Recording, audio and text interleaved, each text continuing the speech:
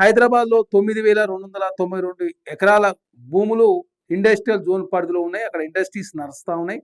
దానిలో భాగంగా పెద్ద ఎత్తున కాలుష్యం వెదజల్లుతూ ఉన్నాయి.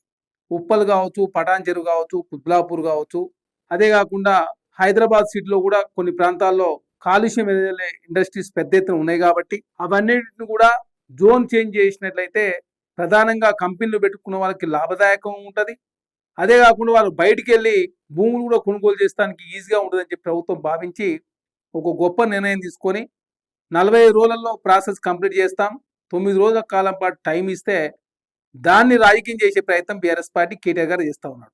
ఏకంగా భూ యజమానులను బెదిరించే ప్రయత్నం కేటీఆర్ గారు చేస్తూ ఉన్నారు. అంటే లాస్ట్కు కేటీఆర్ గారు ఎంతవరకు దిగజారిందంటే బీఆర్ఎస్ ప్రభుత్వం ఆయనలో 2014 నుంచి 2023 తెలంగాణ రాష్ట్రంలో వేల ఎకరాలు జోన్ కన్వర్షన్ చేసింది కేసీఆర్ గారు. మామూలు జోన్ కూడా కాదు, ఇండస్ట్రియల్ జోన్ నుంచి రెసిడెన్షియల్ జోన్గా, కన్జర్వేషన్ జోన్ నుంచి రెసిడెన్షియల్ జోన్గా పెద్ద ఎత్తున వేల కోట్ల కుంభకోణం చేసింది మీరు. మేము చాలా పారదర్శకంగా తెలంగాణ రాష్ట్రంలో కాంగ్రెస్ ప్రభుత్వం ఒక నోటిఫికేషన్ ఇచ్చి గైడ్లైన్స్ ప్రిపేర్ చేసి దాంతోపాటు రాష్ట్ర ప్రభుత్వానికి కూడా 30% మార్కెట్ వాల్యూ రాష్ట్ర ప్రభుత్వానికి కూడా చెల్లిస్తారు.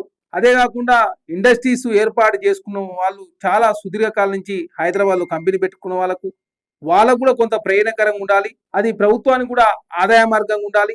ప్రజలకు ట్రాఫిక్ కావచ్చు, పొల్యూషన్ కోరల నుంచి బయటపడాలని చెప్పి కాంగ్రెస్ ప్రభుత్వం భావించి ఒక సాహసోపేతమైన నిర్ణయం తీసుకొని అదే కాకుండా ఇండస్ట్రీస్ పెట్టుకున్న వాళ్ళకు ప్రయోజనకరంగా ఉండే విధంగా, ప్రభుత్వానికి ఆదాయం వచ్చే విధంగా, ప్రజలకు ఇబ్బంది కాని విధంగా ముందుకు పోతుంటే దీని వెనకాల అవినీతి అట కేటీఆర్ గారు కనపడ్డదట. రేవంత్ రెడ్డి గారు 5 లక్షల కోట్ల అవినీతి చేస్తుందని చెప్పేసి ముద్రేసే ప్రయత్నం కేటీఆర్ గారు చేస్తూ ఏకంగా ఇండస్ట్రీస్ పెట్టుకున్న వాళ్ళని బెదిరించే ప్రయత్నం కేటీఆర్ గారు చేస్తూ ఉన్నారు. ఇంతకన్నా దిగజారు రాజకీయం ఇంకొకటి ఉండదు.